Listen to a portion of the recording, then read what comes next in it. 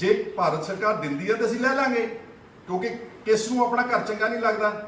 साडा तां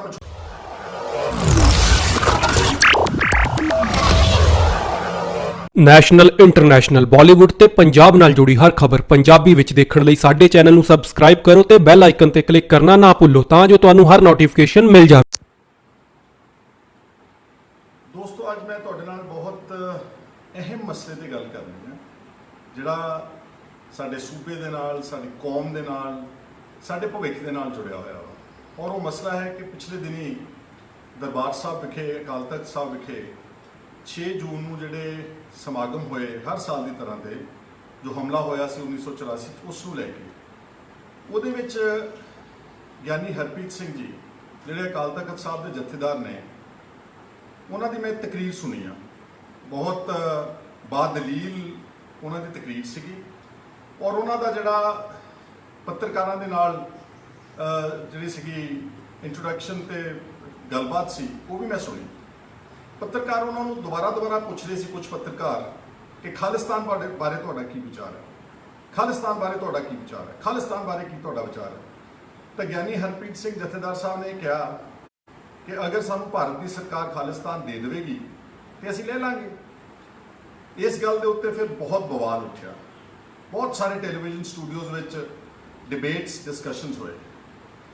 ਔਰ ਮੈਂ ਕੁਝ ਦਿਨਾਂ ਤੋਂ ਦੇਖ ਰਿਹਾ ਸੀਗਾ ਕਿ ਜਿਹੜੇ ਪੰਜਾਬ ਦੇ ਆਗੂ ਨੇ, ਉਹ ਜਦੋਂ ਖਾਲਿਸਤਾਨ ਦਾ ਜ਼ਿਕਰ ਹੁੰਦਾ ਬਹੁਤ ਡਰਦੇ ਨੇ, ਬਹੁਤ ਘਬਰਾਉਂਦੇ ਨੇ ਔਰ ਬੜਾ ਬੇਤੁਕੀਆਂ ਦਲੀਲਾਂ ਤੇ ਬੜੇ ਆਪ ਹੁਦਰੇ ਬਿਆਨ ਦਿੰਦੇ ਨੇ ਘਬਰਾਹਟ ਵਿੱਚ ਆਣ ਕੇ, ਕਿਉਂਕਿ ਜਦੋਂ ਤੁਸੀਂ ਮਨ ਤੋਂ ਸੱਚੀ ਗੱਲ ਨਹੀਂ ਕਹਿ ਰਹੇ, ਬਨੌਟੀ ਗੱਲ ਕਹਿੰਦੇ ਹੋ, ਤਾਂ ਤੁਸੀਂ ਕਿਤੇ ਨਾ ਕਿਤੇ ਧੋਖਾ ਖਾਓਗੇ। ਮੈਂ ਖਾਲਿਸਤਾਨ ਦਾ ਹਮਾਇਤੀ ਨਹੀਂ ਗਾ, ਮੈਂ ਕੋਈ ਖਾਲਿਸਤਾਨ ਦੀ ਸਪੋਰਟ ਨਹੀਂ ਕਰਦਾ, ਪਰ ਜਿਹੜਾ ਗਿਆਨੀ ਹਰਪ੍ਰੀਤ ਸਿੰਘ ਜਥੇਦਾਰ ਸਾਹਿਬ ਨੇ ਦਲੀਲ ਦਿੱਤੀ, ਇੱਕ ਵਿਤਕਰੇ ਦੀ ਦਾਸਤਾਨ ਗਣਾਈ ਉਹਨਾਂ ਨੇ ਪੂਰੀ, ਕਿਸ ਤਰ੍ਹਾਂ ਜਿਹੜੇ ਸਿੱਖ ਸੀਗੇ ਪੰਜਾਬੀ, ਸਭ ਤੋਂ ਵੱਡਾ ਖਮਿਆਜ਼ਾ ਉਹਨਾਂ ਨੇ ਜਿਹੜਾ ਪਾਕਿਸਤਾਨ ਤੇ ਭਾਰਤ ਦਾ ਬਟਵਾਰਾ ਹੋਇਆ, ਉਹਦੇ ਵਿੱਚ ਸਭ ਤੋਂ ਜ਼ਿਆਦਾ ਨੁਕਸਾਨ ਸਿੱਖਾਂ ਨੇ ਤੇ ਪੰਜਾਬੀਆਂ ਨੇ ਉਠਾਇਆ। ਜਾਇਦਾਦਾਂ ਉੱਜੜ ਗਈਆਂ, ਕਤਲੋ ਗਾਰਤ ਹੋਈ, ਲਾਸ਼ਾਂ ਡਿੱਗੀਆਂ ਔਰ ਬਹੁਤ ਵੱਡੀ ਤਾਦਾਦ ਵਿੱਚ, ਸ਼ਾਇਦ ਐਡਾ ਵੱਡਾ ਹੋਲੋਕੌਸਟ ਕਦੀ ਆਮ ਇਤਿਹਾਸ ਵਿੱਚ ਨਹੀਂ ਦੇਖਣ ਨੂੰ ਮਿਲਿਆ। ਪਰ ਉਹਨਾਂ ਨੇ ਭਾਰਤ ਦਾ ਸਾਥ ਦੇਣ ਦਾ ਨਿਰਣੇ ਲਿਆ। ਔਰ ਇਸ ਤੋਂ ਪਹਿਲਾਂ ਜਦੋਂ ਅੰਗਰੇਜ਼ਾਂ ਦੇ ਨਾਲ ਲੜਾਈ ਚੱਲ ਰਹੀ ਸੀ ਤਾਂ ਇਹਦੇ 'ਚ ਕੋਈ ਅਤਕਥਨੀ ਨਹੀਂ ਗਈ ਕਿ ਸਭ ਤੋਂ ਵੱਡਾ ਯੋਗਦਾਨ ਵੀ ਉਸ ਵਕਤ ਬਹਾਦਰ ਪੰਜਾਬੀਆਂ ਤੇ ਸਿੱਖਾਂ ਨੇ ਪਾਇਆ। ਆਪਾਂ ਭਗਤ ਸਿੰਘ ਹੋਣਾ ਦੀ, ਸੁਖਦੇਵ ਰਾਜਗੁਰੂ ਦੀ ਗੱਲ ਜਾਣਦੇ ਹਾਂ, ਕਰਨੈਲ ਸਿੰਘ ਈਸੂਰੀ ਦੀ ਕੁਰਬਾਨੀ ਜਾਣਦੇ ਹਾਂ, ਕਿੱਥੇ ਗੋਆ। ਇਸ ਦੇਸ਼ ਦੀ ਆਜ਼ਾਦੀ ਵਿੱਚ ਸਭ ਤੋਂ ਜ਼ਿਆਦਾ ਫਾਂਸੀਆਂ ਦੇ ਰੱਸੇ ਸਿੱਖਾਂ ਨੇ ਤੇ ਪੰਜਾਬੀਆਂ ਨੇ ਚੁੰਮੇ, ਦੂਰ ਦਰਾਡੇ ਕਾਲੇ ਪਾਣੀ ਦੀਆਂ ਕੈਦਾਂ ਕੱਟੀਆਂ, ਭਾਰਤ ਆਜ਼ਾਦ ਹੋ ਗਿਆ। ਸਾਰੇ ਸੂਬਿਆਂ ਨੂੰ, ਇਹ ਗਿਆਨੀ ਜੀ ਕਹਿ ਰਹੇ ਨੇ, ਮੈਂ ਨਹੀਂ ਕਹਿ ਰਿਹਾ, ਸਾਰੇ ਸੂਬਿਆਂ ਨੂੰ ਆਪਣੀ ਭਾਸ਼ਾ ਦੇ ਆਧਾਰ ਦੇ ਉੱਤੇ ਸੂਬੇ ਬਣਾਉਣ ਦਾ ਅਧਿਕਾਰ ਮਿਲ ਗਿਆ, ਚਾਹੇ ਉਹ ਤਾਮਿਲਨਾਡੂ ਸੀ, ਚਾਹੇ ਉਹ ਕੇਰਲਾ ਸੀ, ਚਾਹੇ ਉਹ ਆਂਧਰਾ ਪ੍ਰਦੇਸ਼ ਸੀ। ਪੰਜਾਬ ਨੂੰ ਪੰਜਾਬੀ ਜ਼ੁਬਾਨ ਦੇ ਆਧਾਰ ਦੇ ਉੱਤੇ ਆਪਣਾ ਸੂਬਾ ਨਹੀਂ ਬਣਾਉਣ ਦਿੱਤਾ। ਫਿਰ ਸਾਡੇ ਪੁਰਖਿਆਂ ਨੇ ਮੋਰਚਾ ਲਾਉਣਾ ਪਿਆ, ਜਦੋਜਹਿਦ ਕਰਨੀ ਪਈ, ਕੁਰਬਾਨੀਆਂ ਦੇਣੀਆਂ ਪਈਆਂ, ਬਹੁਤ ਮੁਸ਼ਕਿਲ ਦੇ ਨਾਲ 1966 ਦੇ ਵਿੱਚ ਅੱਜ ਜਿਹੜਾ ਪੰਜਾਬ ਜਿਸ ਸ਼ਕਲ ਵਿੱਚ ਉਹ ਸਾਨੂੰ ਪੰਜਾਬ ਮਿਲਿਆ, ਪਰ ਮਿਲਿਆ ਲੰਗੜਾ ਲੂਲਾ।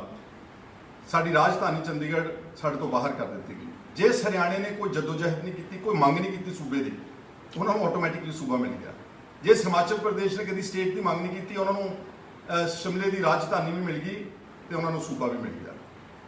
ਸਾਡੀ ਪੰਜਾਬੀ ਬੋਲਦੇ ਇਲਾਕੇ ਬਾਹਰ ਰਹਿ ਗਏ ਔਰ ਇੱਥੇ ਹੀ ਬਸ ਨਹੀਂ, ਛੇਤੀ ਉਸ ਵਕਤ ਦੀ ਭਾਰਤ ਦੀ ਸਰਕਾਰ ਨੇ ਯੂਨੀਲੈਟਰਲੀ ਪਾਣੀਆਂ ਦਾ ਅਵਾਰਡ ਕਰ ਦਿੱਤਾ। ਸਾਡੇ ਦਰਿਆਈ ਪਾਣੀ ਜਿਹੜੇ ਇੰਟਰਨੈਸ਼ਨਲ ਰਾਈਪੇਰੀਅਨ ਲਾਜ਼ ਨੂੰ ਛਿੱਕੇ ਤੇ ਟੰਗ ਕੇ, ਉਹ ਸਾਰੇ ਪਾਣੀ ਚੱਕ ਕੇ ਬਹੁਤ ਵੱਡੀ ਤਾਦਾਦ 'ਚ, ਮਿਲੀਅਨ ਏਕੜ ਫੁੱਟਾਂ ਦੇ ਵਿੱਚ, MAF ਦੇ ਵਿੱਚ ਰਾਜਸਥਾਨ ਨੂੰ ਦੇ ਦਿੱਤੇ, ਹਰਿਆਣੇ ਨੂੰ ਦੇ ਦਿੱਤੇ, ਦਿੱਲੀ ਨੂੰ ਦੇ ਦਿੱਤੇ। ਇਹ ਕੋਈ ਛੋਟਾ ਵਿਤਕਰਾ ਨਹੀਂ ਸੀਗਾ। ਇਹ ਸਾਨੂੰ ਭਾਰਤ ਦੀ ਆਜ਼ਾਦੀ ਵਿੱਚ ਯੋਗਦਾਨ ਪਾਉਣ ਵਾਸਤੇ ਤੇ ਪਾਕਿਸਤਾਨ ਤੋਂ ਉੱਜੜ ਕੇ ਭਾਰਤ ਵਿੱਚ ਆਉਣ ਵਾਸਤੇ ਤੇ ਇਸ ਦੇਸ਼ ਦਾ ਸਾਥ ਦੇਣ ਵਾਸਤੇ, ਇਹਦਾ ਭਵਿੱਖ ਬਣਾਉਣ ਵਾਸਤੇ ਸਾਨੂੰ ਪਹਿਲਾ ਤੋਹਫਾ ਦਿੱਤਾ ਗਿਆ। ਪਰ ਸਿੱਖ ਤੇ ਬਹਾਦਰ ਪੰਜਾਬੀ ਕਦੀ ਪਿੱਛੇ ਨਹੀਂ ਹਟੇ, ਚਾਹੇ ਉਹ 71 ਦੀ ਜੰਗ ਸੀ ਪਾਕਿਸਤਾਨ ਦੇ ਨਾਲ, ਚਾਹੇ ਉਹ ਚੀਨ ਦੇ ਨਾਲ ਜੰਗ ਸੀਗੀ, ਚਾਹੇ ਹੁਣ ਤਾਜ਼ੀਆਂ ਕਾਰਗਿਲ ਦੀਆਂ ਜੰਗਾਂ ਸੀ। ਸਭ ਤੋਂ ਜ਼ਿਆਦਾ ਫਿਰ ਮੋਰੇ ਹੋ ਕੇ ਪੰਜਾਬੀਆਂ ਨੇ ਲੜਾਈਆਂ ਲੜੀਆਂ ਔਰ ਫਿਰ ਉਹਨਾਂ ਦੇ ਹੀ ਜਿਹੜੇ ਸਰੀਰ ਸੀਗੇ ਖਫਨਾਂ ਦੇ ਵਿੱਚ ਉਹਨਾਂ ਦੇ ਪਿੰਡਾਂ ਵਿੱਚ ਪਹੁੰਚੇ, ਪਰ ਫਿਰ ਵੀ ਉਹ ਪਿੱਛੇ ਨਹੀਂ ਹਟੇ। ਪਾਣੀਆਂ ਦੇ ਇਸ ਕਾਣੀ ਵੰਡ ਤੋਂ ਬਾਅਦ, ਇਸ ਵਿਤਕਰੇ ਤੋਂ ਬਾਅਦ ਫਿਰ ਦਰਬਾਰ ਸਾਹਿਬ ਤੇ ਜਿਹੜਾ 1984 'ਚ ਹਮਲਾ ਹੋਇਆ, ਉਹ ਐਕਸੈਸਿਵ ਯੂਜ਼ ਆਫ ਫੋਰਸ ਸੀ। ਸਾਰੀ ਸਰਕਾਰ ਨੂੰ ਪਤਾ ਸੀਗਾ ਕਿ ਉਦੋਂ ਸ਼ਹੀਦੀ ਪੁਰਬ ਚੱਲ ਰਹੇ ਨੇ, ਬਹੁਤ ਵੱਡੀ ਤਾਦਾਦ ਦੇ ਵਿੱਚ ਸ਼ਰਧਾਲੂ, ਸਾਰੇ ਔਰਤਾਂ, ਬੱਚੇ, ਬਜ਼ੁਰਗ ਦਰਬਾਰ ਸਾਹਿਬ ਦੇ ਅੰਦਰ। ਹਫਤਾ ਵੇਟ ਵੀ ਕਰ ਸਕਦੀ ਸੀ ਸਰਕਾਰ, ਲੇਕਿਨ ਸ਼ਾਇਦ ਐਂ ਲੱਗਦਾ ਕਿ ਉਹਨਾਂ ਨੇ ਉਹੀ ਦਿਨ ਚੁਣੇ ਔਰ ਇੱਕ ਬਹੁਤ ਵੱਡਾ ਤੋਪਾਂ ਤੇ ਟੈਂਕਾਂ ਦੇ ਨਾਲ ਅਕਾਲ ਤਖਤ ਸਾਹਿਬ ਤੇ ਹਮਲਾ ਹੋਇਆ। ਅਕਾਲ ਤਖਤ ਸਾਹਿਬ ਤਾਂ ਢੱਟ ਗਿਆ, ਪਰ ਵਿਚਾਰਧਾਰਾ ਨਹੀਂ ਢੱਠੀ, ਸ਼ਾਇਦ ਇਹ ਜਾਣਦੇ ਨਹੀਂਗੇ। ਇੱਦਾਂ ਤਾਂ ਫਿਰ ਕਈ ਵਾਰ ਨਸਲਕੁਸ਼ੀ ਘੱਲੂਘਾਰੇ ਹੋਏ ਸਿੱਖਾਂ ਦੇ, ਮੁਗਲਾਂ ਨੇ, ਅਬਦਾਲੀਆਂ ਨੇ, ਦੁਰਾਨੀਆਂ ਨੇ। ਸਾਡੇ 2 ਵੱਡੇ ਘੱਲੂਘਾਰੇ ਇਤਿਹਾਸ ਵਿੱਚ ਦਰਜ ਨੇ, ਹਜ਼ਾਰਾਂ ਦੀ ਤਾਦਾਦ ਵਿੱਚ ਬੇਗੁਨਾਹ ਬੱਚਿਆਂ ਤੇ ਔਰਤਾਂ ਨੂੰ ਮਾਰਤਾ ਸੀਗਾ, ਪਰ ਇੱਦਾਂ ਤਾਂ ਸਿੱਖ ਨਹੀਂ ਸੀ ਮੁੱਕੇ। ਉਸ ਤੋਂ ਬਾਅਦ 1984 ਦੇ ਨਵੰਬਰ ਦੇ ਵਿੱਚ ਫਿਰ ਇੱਕ ਵਾਰ ਸਿੱਖ ਕੌਮ ਦਾ ਕਤਲੇਆਮ ਹੋਇਆ, ਹਜ਼ਾਰਾਂ ਦੀ ਤਾਦਾਦ ਵਿੱਚ। ਮੈਂ ਹੁਣ ਉਹਦੇ 'ਚ ਸ਼ਬਦ ਨਹੀਂ ਵਰਤਣਾ ਚਾਹੁੰਦਾ, ਬਲਾਤਕਾਰ, ਟੈਰ ਪਾ ਕੇ ਵਗੈਰਾ ਵਗੈਰਾ ਸਭ ਕੁਝ ਕੀਤਾ ਗਿਆ। ਤਾਂ ਮੈਂ ਆਪਣੇ ਆਗੂਆਂ ਨੂੰ ਪੁੱਛਣਾ ਚਾਹੁੰਦਾ ਵਾਂ, ਜਿਹੜਾ ਗਿਆਨੀ ਹਰਪ੍ਰੀਤ ਸਿੰਘ ਨੇ ਗੱਲ ਕਹੀ ਆ, ਤੁਸੀਂ ਬਾਦਲੀਲ ਦੇਖੋ, ਸਾਡੇ ਨਾਲ ਇੱਕ ਵਿਤਕਰਾ ਦੀ ਦਾਸਤਾਨ ਹੈ।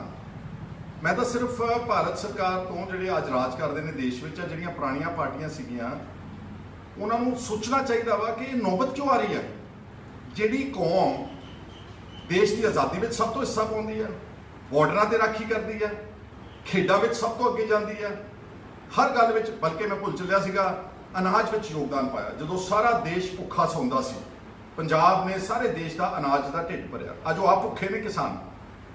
ਤੇ ਭਾਰਤ ਸਰਕਾਰ ਨੇ ਕਦੀ ਇਹ ਨਹੀਂ ਸੋਚਿਆ ਕਿ ਜਿਹੜੀ ਕੌਮ ਸਾਡੇ ਲਈ ਲੜਦੀ ਆ, ਜੂਝਦੀ ਆ, ਮਰਦੀ ਆ, ਘਰ ਉਜਾੜ ਕੇ ਆਉਂਦੀ ਆ, ਇਹਨਾਂ ਦੇ ਕੋਈ ਜ਼ਿਆਦਤੀ ਨਹੀਂ ਹੋਣੀ ਚਾਹੀਦੀ, ਇਹਨਾਂ ਦਾ ਧਿਆਨ ਰੱਖਣਾ ਚਾਹੀਦਾ। ਔਰ ਇੱਕ ਕਮਿਟਮੈਂਟ ਸੀਗੀਆਂ ਉਸ ਵਕਤ ਦੇ ਕਾਂਗਰਸ ਦੇ ਲੀਡਰਸ, ਪੰਡਤ ਜਵਾਹਰ ਲਾਲ ਨਹਿਰੂ ਹੋਣਾ ਨੇ ਜਦੋਂ ਸਿੱਖਾਂ ਨੂੰ ਵੂ ਕੀਤਾ, ਸਾਡੀ ਜਿਹੜੀ ਉਸ ਵਕਤ ਦੀ ਲੀਡਰਸ਼ਿਪ ਸੀ ਮਾਸਟਰ ਤਾਰਾ ਸਿੰਘ ਜੀ, ਉਹਨਾਂ ਨੂੰ ਇਹ ਭਰੋਸਾ ਦਿਵਾਇਆ ਗਿਆ ਸੀਗਾ ਕਿ ਜੇ ਤੁਸੀਂ ਸਾਡੇ ਨਾਲ ਆਓਗੇ, ਅਸੀਂ ਤੁਹਾਡੀ ਆਰਥਿਕ ਤਰੱਕੀ ਦਾ ਧਿਆਨ ਰੱਖਾਂਗੇ, ਤੁਹਾਡੀ ਧਾਰਮਿਕ ਪਰਪੱਕਤਾ ਤੇ ਆਜ਼ਾਦੀ ਦਾ ਧਿਆਨ ਰੱਖਾਂਗੇ, ਤੇ ਤੁਹਾਨੂੰ ਜਿਹੜਾ ਹੈਗਾ ਇਸ ਦੇਸ਼ ਵਿੱਚ ਪੂਰਾ ਮਾਣ ਸਤਿਕਾਰ ਦਿੱਤਾ ਜਾਊਗਾ। ਤੇ ਆਹ ਮਾਣ ਸਤਿਕਾਰ ਦੀ ਦਾਸਤਾਨ ਤਾਂ ਤੁਹਾਨੂੰ ਮੈਂ ਹੁਣੇ ਹੀ ਗਿਣਾਤੀ, ਜਿਹੜੀ ਗਿਆਨੀ ਹਰਪ੍ਰੀਤ ਸਿੰਘ ਜਥੇਦਾਰ ਅਕਾਲ ਤਖਤ ਸਾਹਿਬ ਨੇ। ਸੋ ਮੈਂ ਕਹਿਣਾ ਚਾਹੁੰਦਾ ਆਪਣੇ ਸਾਥੀਆਂ ਨੂੰ, ਚਾਹੇ ਉਹ ਆਮ ਆਦਮੀ ਪਾਰਟੀ ਦੇ ਕੁਝ ਲੋਕ ਤਾਂ ਇਹ ਵੀ ਕਹਿ ਗਏ ਘਬਰਾਹਟ ਵਿੱਚ ਆਣ ਕੇ ਕਿ ਕਿਸੇ ਘਰ ਵਿੱਚ ਪਰਿਵਾਰ 'ਚ ਪੈਦਾ ਹੋਣਾ ਮੇਰਾ ਕਸੂਰ ਨਹੀਂ ਸੀ।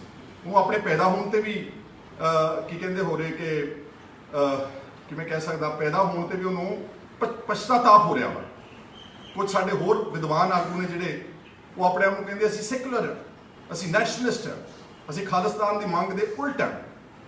ਮੈਂ ਬਿਲਕੁਲ ਸਪੋਰਟ ਨਹੀਂ ਕਰਦਾ, ਨਾ ਮੈਂ ਕੋਈ ਵਾਇਲੈਂਸ ਸਪੋਰਟ ਕਰਦਾ, ਪਰ ਮੈਨੂੰ ਇੱਕ ਗੱਲ ਦੱਸਿਓ, ਹੁਣ ਖਾਲਿਸਤਾਨ ਕੋਈ ਗੱਲ ਕਰੇ ਤਾਂ ਐਡਾ ਵੱਡਾ ਵਿਵਾਦ, ਸ਼ੋਰ, ਸਾਰੇ ਟੈਲੀਵਿਜ਼ਨ ਦੇ ਉੱਤੇ ਡਿਬੇਟ ਚੈਨਲ ਤੇ ਗਾਲੀ ਗਲੋਚ, ਤੇ ਸਾਡੇ ਆਗੂ ਵੀ ਵਿਚਾਰੇ ਇੰਨੇ ਡਰ ਜਾਂਦੇ ਨੇ ਕਿ ਨਾ ਅਸੀਂ ਤਾਂ ਬਹੁਤ ਵੱਡੇ ਸੈਕੂਲਰ ਹਾਂ, ਅਸੀਂ ਨੈਸ਼ਨਲਿਸਟ ਹਾਂ। ਤੇ ਜਦੋਂ ਇਸ ਦੇਸ਼ ਦੇ ਵਿੱਚ ਜ਼ਿੰਮੇਵਾਰ ਪਾਰਟੀਆਂ, ਬੀਜੇਪੀ, ਆਰਐਸਐਸ, ਵਿਸ਼ਵ ਹਿੰਦੂ ਪਰਿਸ਼ਦ ਦੇ ਜ਼ਿੰਮੇਵਾਰ ਆਗੂ, ਕਈ ਵਾਰ ਮੈਂਬਰ ਪਾਰਲੀਮੈਂਟ, ਉਹ ਜਦੋਂ ਹਿੰਦੂ ਰਾਸ਼ਟਰ ਦੀ ਗੱਲ ਕਰਦੇ ਨੇ ਇਸੇ ਦੇਸ਼ ਵਿੱਚ, ਕੀ ਉਹ ਵੱਖਵਾਦੀ ਏਜੰਡਾ ਨਹੀਂਗਾ? ਕੀ ਉਹ ਇਸ ਦੇਸ਼ ਨੂੰ ਕੀ ਕਹਿੰਦੇ ਹੁੰਦੇ, ਅਲੱਗਵਾਦੀ ਏਜੰਡਾ ਨਹੀਂਗਾ?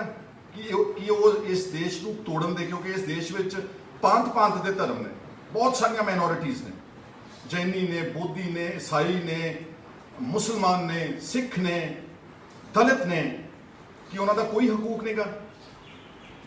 ਉਹ ਰਾਸ਼ਟਰਵਾਦ, ਹਿੰਦੂ ਰਾਸ਼ਟਰਵਾਦ ਦੀ ਗੱਲ ਕਰਨ ਤੇ ਉਹ ਫਿਰ ਵੀ ਨੈਸ਼ਨਲਿਸਟ ਨੇ।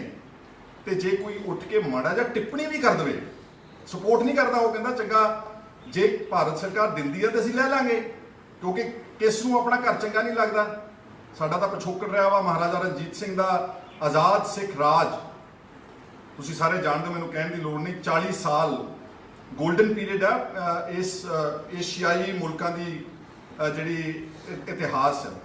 ਸਭ ਨੂੰ ਮਾਣ ਦਿੱਤਾ ਉਹਨਾਂ ਨੇ, ਉਹਨਾਂ ਦੇ ਉਹਨਾਂ ਦੇ ਤੋਪਖਾਨੇ ਵਿੱਚ ਪਠਾਨ ਸੀ, ਮੁਗਲ ਸੀਗੇ, ਉਹਨਾਂ ਦੇ ਜਿਹੜੇ ਫੌਜੀ ਜਰਨੈਲ ਸੀਗੇ ਉਹ ਫ੍ਰੈਂਚ ਜਨਰਲ ਸੀਗੇ, ਉਹਨਾਂ ਦੇ ਜਿਹੜੇ ਫੋਰਨ ਮਿਨਿਸਟਰ ਸੀ ਉਹ ਫਕੀਰ ਅਜ਼ੀਜ਼ੁਦੀਨ ਪਾਕਿਸਤਾਨ ਦੇ ਸੀਗੇ ਮੁਸਲਮਾਨ, ਉਹਨਾਂ ਦੇ ਜਿਹੜੇ ਟ੍ਰੈਜਰਰ ਸੀਗੇ ਉਹ ਸਾਡੇ ਸਤਿਕਾਰਯੋਗ ਹਿੰਦੂ ਵੀਰਾਂ ਨੂੰ, ਉਹਨਾਂ ਦੇ ਦੀਵਾਨ ਸਾਹਿਬ ਉਹਨਾਂ ਨੂੰ ਦਿੱਤਾ ਸੀ ਇਹ ਮਾਣ ਸਤਿਕਾਰ। ਅਫਕੋਰਸ ਸਿੱਖ ਤਾਂ ਉਹਨਾਂ ਦੀਆਂ ਫੌਜਾਂ ਦੇ ਜਨਰਲ ਸੀਗੇ। ਉਹ ਇਸ ਤਰ੍ਹਾਂ ਦਾ ਰਾਜ ਹੈ, ਇੱਕ ਵੀ ਵਿਅਕਤੀ ਨੂੰ ਉਦੋਂ ਕੈਪੀਟਲ ਪਨਿਸ਼ਮੈਂਟ ਨਹੀਂ ਹੋਈ, ਇੱਕ ਵੀ ਬੰਦੇ ਨੂੰ ਫਾਂਸੀ ਦਾ ਕੋਈ ਸਜ਼ਾ ਨਹੀਂ ਦਿੱਤੀ ਗਈ। ਸਰਵ ਧਰਮ, ਸਾਰਿਆਂ ਧਰਮਾਂ ਦਾ ਮਾਣ ਸਤਿਕਾਰ ਕੀਤਾ। ਤੇ ਮੈਂ ਤਾਂ ਸਿਰਫ ਆਪਣੇ ਵੀਰਾਂ ਨੂੰ ਕਹਿਣਾ ਚਾਹੁੰਦਾ ਵਾਂ ਕਿ ਇਹਨੇ ਡਰਦੇ ਕਿਉਂ ਤੁਸੀਂ? ਹਾਂ, ਦਲੀਲ ਨਾਲ ਗੱਲ ਕਰੋ। ਆਹ ਸਾਰੀਆਂ ਜਿਹੜੀਆਂ ਗੱਲਾਂ ਗਿਆਨੀ ਹਰਪ੍ਰੀਤ ਸਿੰਘ ਜੀ ਅਕਾਲ ਤਖਤ ਦੇ ਜਥੇਦਾਰ ਨੇ ਗਿਣਾਈਆਂ, ਇਹ ਗਿਣਾਉਣ। ਮੈਨੂੰ ਸ਼੍ਰੋਮਣੀ ਅਕਾਲੀ ਦਲ ਤੇ ਵੀ ਥੋੜਾ ਅਫਸੋਸ ਆ ਕਿ ਤੁਸੀਂ ਤਾਂ ਯਾਰੋ ਇੱਕ ਸਿੱਖਾਂ ਦੀ ਜਮਾਤ ਸੀ, ਆਪਣੇ ਪੁਰਖਿਆਂ ਨੇ ਗੁਰਦੁਆਰਾ ਸਾਹਿਬ ਜਦੋਂ ਆਜ਼ਾਦ ਕਰਾਏ, ਮਹੰਤਾਂ ਨਾਲ ਲੜਾਈਆਂ ਲੜੀਆਂ, ਉੱਥੋਂ ਪੈਦਾ ਹੋਏ ਤੁਸੀਂ, ਗੁਰਦੁਆਰਾ ਲਹਿਰ ਚੋਂ ਸ਼੍ਰੋਮਣੀ ਅਕਾਲੀ ਦਲ ਬਣਿਆ। ਮੋਰਚੇ, ਧਰਮ ਯੁੱਧ ਦਾ ਮੋਰਚਾ, ਕਪੂਰੀ ਦਾ ਮੋਰਚਾ, ਪੰਜਾਬੀ ਸੂਬੇ ਦਾ ਮੋਰਚਾ, ਚਾਬੀਆਂ ਦਾ ਮੋਰਚਾ, ਕਿੰਨੇ ਮੋਰਚੇ ਲਾਏ, ਕਿੰਨਿਆਂ ਨੇ ਸ਼ਹਾਦਤਾਂ ਦਿੱਤੀਆਂ। ਤੁਸੀਂ ਵੀ ਡਰਦੇ ਹੋ। ਤੁਸੀਂ ਸਗੋਂ ਉਹਨਾਂ ਨੂੰ ਪੂਰੀ ਦਲੀਲ ਦੇ ਕੇ ਜਿਹੜੀ ਜਥੇਦਾਰ ਸਾਹਿਬ ਨੇ ਦਿੱਤੀ ਉਹ ਸਮਝਾਓ ਕਿ ਸਾਡੇ ਨਾਲ ਵਿਤਕਰਾ ਹੋ ਰਿਹਾ, ਤਾਂ ਇਹ ਬੇਚੈਨੀ ਹੋ ਰਹੀ ਆ। ਜਿਹੜਾ 2020 ਦਾ ਵੀ ਸ਼ੋਰ ਮੱਚਿਆ ਸੀ ਜਦੋਂ ਮੈਂ ਲੀਡਰ ਆਫ ਆਪੋਜੀਸ਼ਨ ਸੀਗਾ, ਮੈਂ ਇਸੇ ਤਰੀਕੇ ਨਾਲ ਦਲੀਲ ਦਿੱਤੀ ਸੀਗੀ। ਹਲੇ ਸੁਣਦੇ ਕੋਈ ਨਹੀਂ ਗਏ ਇੰਟਰਵਿਊ ਵਿਚਾਰ। ਪਹਿਲਾਂ ਇਲਜ਼ਾਮ ਇਹ ਵੱਖਵਾਦੀ ਹੈ, ਇਹ ਅੱਤਵਾਦੀ ਹੈ, ਤੇ ਜਿਹੜਾ ਅੱਤਵਾਦ ਸਟੇਟ ਸਪਾਂਸਰਡ ਟੈਰਰਿਜ਼ਮ ਸਾਡੇ ਦੇ ਉੱਤੇ ਕਹਿਰ ਮਚਾਇਆ ਗਿਆ, ਜਿਹੜਾ ਹਜ਼ਾਰਾਂ ਦੀ ਤਾਦਾਦ ਵਿੱਚ ਬੇਗੁਨਾਹ ਔਰਤਾਂ, ਬੱਚਿਆਂ, ਬਜ਼ੁਰਗਾਂ ਨੂੰ 1984 ਦੇ ਵਿੱਚ ਨਾ ਸਿਰਫ ਦਿੱਲੀ ਬਲਕਿ ਸਾਰੇ ਦੇਸ਼ ਦੇ ਵਿੱਚ ਕਤਲੋਗਾਰਤ ਕੀਤਾ ਗਿਆ, ਉਹ ਸਟੇਟ ਸਪਾਂਸਰਡ ਟੈਰਰਿਜ਼ਮ ਨਹੀਂ ਸੀਗਾ। ਮੈਂ ਵਾਇਲੈਂਸ ਦੇ ਹੱਕ 'ਚ ਨਹੀਂਗਾ, ਮੈਂ ਖਿਲਾਫ ਹਾਂ। ਪਰ ਜਦੋਂ ਇੰਡੀਵਿਜੂਅਲ ਵਾਇਲੈਂਸ ਕਰਦੇ ਨੇ ਨਾ, ਉਹਨਾਂ ਵਾਸਤੇ ਆਪਣੇ ਕੋਲ ਮਸ਼ੀਨ ਆ, ਆਪਣੇ ਕੋਲ ਸੰਵਿਧਾਨ ਆ, ਆਪਣੇ ਕੋਲ ਕੋਰਟ ਨੇ, ਆਪਣੇ ਕੋਲ ਕਚਹਿਰੀਆਂ, ਆਪਣੇ ਕੋਲ ਪੁਲਿਸ ਆ, ਸਜ਼ਾ ਦਿਓ ਉਹਨਾਂ ਨੂੰ। ਤੇ ਜੇ ਉਹੀ ਕੰਮ ਸਟੇਟ ਜਿਹੜੀ ਕਿ ਆਰਗੇਨਾਈਜ਼ਡ ਇੱਕ ਪਾਵਰ ਆ, ਜੇ ਉਹੀ ਲੋਕਾਂ ਨੂੰ, ਬੇਦੋਸ਼ਾਂ ਨੂੰ ਮਾਰਨ ਤੇ ਉਤਰ ਆਵੇ, ਉਸ ਨੂੰ ਅੱਤਵਾਦ ਨਹੀਂ ਕਹਿੰਦੇ ਤਾਂ ਕੀ ਹੋਰ ਕਹਿੰਦੇ ਨੇ? ਸੁਮੇਧ ਸਿੰਘ ਸੈਣੀ, KPS ਗਿੱਲ, JF ਰਿਬੇਰੋ, ਜਿਹੜੇ ਲੋਕਾਂ ਨੇ ਝੂਠੇ ਪੁਲਿਸ ਮੁਕਾਬਲਿਆਂ ਵਿੱਚ ਚੱਕ ਕੇ ਆਪਣੇ ਸਿੱਖ ਨੌਜਵਾਨ ਬੱਚਿਆਂ ਨੂੰ ਮਾਰਿਆ, ਉਹਨਾਂ ਨੂੰ ਅੱਤਵਾਦੀ ਨਹੀਂ ਕਹੋਗੇ ਤਾਂ ਹੋਰ ਕੀ ਕਹੋਗੇ ਦੱਸੋ? ਔਰ 36 ਸਾਲਾਂ 'ਚ ਅੱਜ ਤੱਕ ਕੋਈ ਇਨਸਾਫ ਨਹੀਂ ਹੋਇਆ। ਕਿ ਕੋਈ ਹੈ ਕਿਸੇ ਕੋਲ ਜਵਾਬ? ਔਰ ਮੈਨੂੰ ਅਫਸੋਸ ਨਾਲ ਕਹਿਣਾ ਪੈਂਦਾ, ਸਾਡੇ ਅਕਾਲੀ ਵੀਰ, ਸਾਡੇ ਆਮ ਆਦਮੀ ਦੇ, ਸਾਡੇ ਉਹਨਾਂ ਨੂੰ ਇਹੀ ਜ਼ੋਰ ਲੱਗਾ ਰਹਿੰਦਾ ਕਿ ਅਸੀਂ ਸੈਕੂਲਰ ਹਾਂ, ਅਸੀਂ ਨੈਸ਼ਨਲਿਸਟ ਹਾਂ, ਸਾਡੀ ਪਾਰਟੀ ਸਾਰੇ ਧਰਮਾਂ ਦਾ ਸਤਿਕਾਰ ਕਰਦੀ। ਕਰਨਾ ਚਾਹੀਦਾ ਵਾ, ਪਰ ਇੰਨਾ ਡਰਦੇ ਕਿਉਂ, ਇੰਨਾ ਘਬਰਾਉਂਦੇ ਕਿਉਂ? ਹਲੇ ਵੀ ਸਾਨੂੰ ਸਰਟੀਫਿਕੇਟ ਦੇਣਾ ਪਊਗਾ ਭਾਰਤ ਵਿੱਚ ਰਹਿਣ ਵਾਸਤੇ ਕਿ ਅਸੀਂ ਦੇਸ਼ ਭਗਤ ਹਾਂ। ਇੰਨਾ ਕੁਝ ਕਰਨ ਤੋਂ ਬਾਅਦ, ਇੰਨੀਆਂ ਕੁਰਬਾਨੀਆਂ, ਇੰਨੇ ਫਾਂਸੀਆਂ, ਭਗਤ ਸਿੰਘ ਵਰਗੇ ਬਹਾਦਰ ਯੋਧੇ ਅਨੇਕਾਂ ਨੇ, ਹਲੇ ਮੈਂ ਗਿਣਾ ਨਹੀਂ ਸਕਦਾ ਕਿਉਂਕਿ ਸਮਾਂ ਇਜਾਜ਼ਤ ਨਹੀਂ ਦਿੰਦਾ। ਸਾਰਾ ਇਸ ਦੇਸ਼ ਦਾ ਅਨਾਜ ਦਾ ਭੰਡਾਰ ਭਰ ਦਿੱਤਾ, ਬਾਰਡਰਾਂ ਦੇ ਉੱਤੇ ਰਾਖੀ ਕਰ ਦਿੱਤੀ, ਸਪੋਰਟਸ ਨੰਬਰ 1 ਦੇ ਉੱਤੇ ਲੈ ਗਏ ਮਿਲਖਾ ਸਿੰਘ ਜੀ ਵਰਗੇ, ਔਰ ਹੋਰ ਬਹੁਤ ਸਾਰੇ ਹਾਕੀ ਦੇ ਸਾਡੇ ਖਿਡਾਰੀ। ਅੱਜ ਦੀ ਡੇਟ ਵਿੱਚ ਪ੍ਰਗਟ ਸਿੰਘ ਬੈਠੇ ਨੇ ਜਲੰਧਰ ਦੇ MLA, ਇਹਨਾਂ ਨੇ ਜਦੋਂ ਜਾ ਕੇ ਬਾਹਰ ਝੰਡਾ ਝੂਲਦਾ 올림픽ਸ ਦੇ ਵਿੱਚ, ਤੇ ਸਾਡੀ ਭਾਰਤ ਦੀ ਸ਼ਾਨ ਬਣਦੀ ਹੈ ਨਾ। ਪਰ ਫਿਰ ਵੀ ਸਾਨੂੰ ਇਹ ਹਲੇ ਸਰਟੀਫਿਕੇਟ ਦੇਣਾ ਪੈਂਦਾ ਵਾ ਕਿ ਅਸੀਂ ਨੈਸ਼ਨਲਿਸਟ ਹਾਂ। ਜਿਹੜੇ ਸੁਮੇਧ ਸਿੰਘ ਸੈਣੀ, ਇਹਨਾਂ ਨੂੰ ਕੋਈ ਸਰਟੀਫਿਕੇਟ ਨਹੀਂ, ਬੰਦੇ ਵੀ ਮਾਰ ਦੇਣ। KPS ਗਿੱਲ ਸਾਹਿਬ, JF ਰਿਬੇਰੋ, ਦਿੱਲੀ ਵਿੱਚ ਪੁਲਿਸ ਦੀ ਹਾਜ਼ਰੀ ਵਿੱਚ, ਰਾਜਧਾਨੀ ਦੇ ਵਿੱਚ ਏਡੇ ਵੱਡੇ ਪੱਧਰ ਤੇ ਕਤਲੋਗਾਰਤ ਹੋ ਜੇ, ਉਹਨਾਂ ਲੋਕਾਂ ਨੂੰ ਕੋਈ ਸਰਟੀਫਿਕੇਟ ਨਹੀਂ ਦੇਣਾ ਪੈਂਦਾ। ਇਸ ਲਈ ਮੇਰੇ ਵੀਰੋ, ਇਸੇ ਕਰਕੇ ਅਸੀਂ ਕਹਿੰਦੇ ਆ ਕਿ ਸਾਨੂੰ ਖੇਤਰੀ ਪਾਰਟੀ ਦੀ ਲੋੜ ਹੈ। ਸ਼੍ਰੋਮਣੀ ਅਕਾਲੀ ਦਲ ਸਾਡੀ ਬੈਸਟ ਪਾਰਟੀ ਸੀਗੀ। ਅਨਫੋਰਚੂਨੇਟਲੀ ਸਾਡੇ ਜਦੋਂ ਇਸ ਪਰਿਵਾਰ ਦੇ ਹੱਥ ਵਿੱਚ ਆ ਗਈ, ਉਹਨਾਂ ਨੇ ਸਾਰਾ ਉਸ ਦਾ ਏਜੰਡਾ ਖਤਮ ਕਰ ਦਿੱਤਾ। ਉਹਦਾ ਜਿਹੜੇ ਸਾਡੇ ਸੂਬੇ ਦੇ, ਸਾਡੇ ਕੌਮ ਦੇ ਇੰਟਰਸਟ ਸੀਗੇ, ਉਹਨਾਂ ਨੂੰ ਕੰਪਰੋਮਾਈਜ਼ ਕਰਤਾ, ਸਿਰਫ ਸੱਤਾ ਵਿੱਚ ਰਹਿਣ ਵਾਸਤੇ, ਥੋੜਾ ਬਹੁਤਾ ਵਪਾਰ ਚਲਾਉਣ ਵਾਸਤੇ, ਥੋੜਾ ਬਹੁਤਾ ਧਨ ਦੌਲਤ ਇਕੱਠਾ ਕਰਨ ਵਾਸਤੇ। ਜੇ ਅੱਜ ਫਰਜ਼ ਕਰੋ ਪੰਜਾਬ ਦੇ ਵਿੱਚ ਜੈਨੂਅਨ ਰੀਜਨਲ ਪਾਰਟੀ ਹੋਵੇ,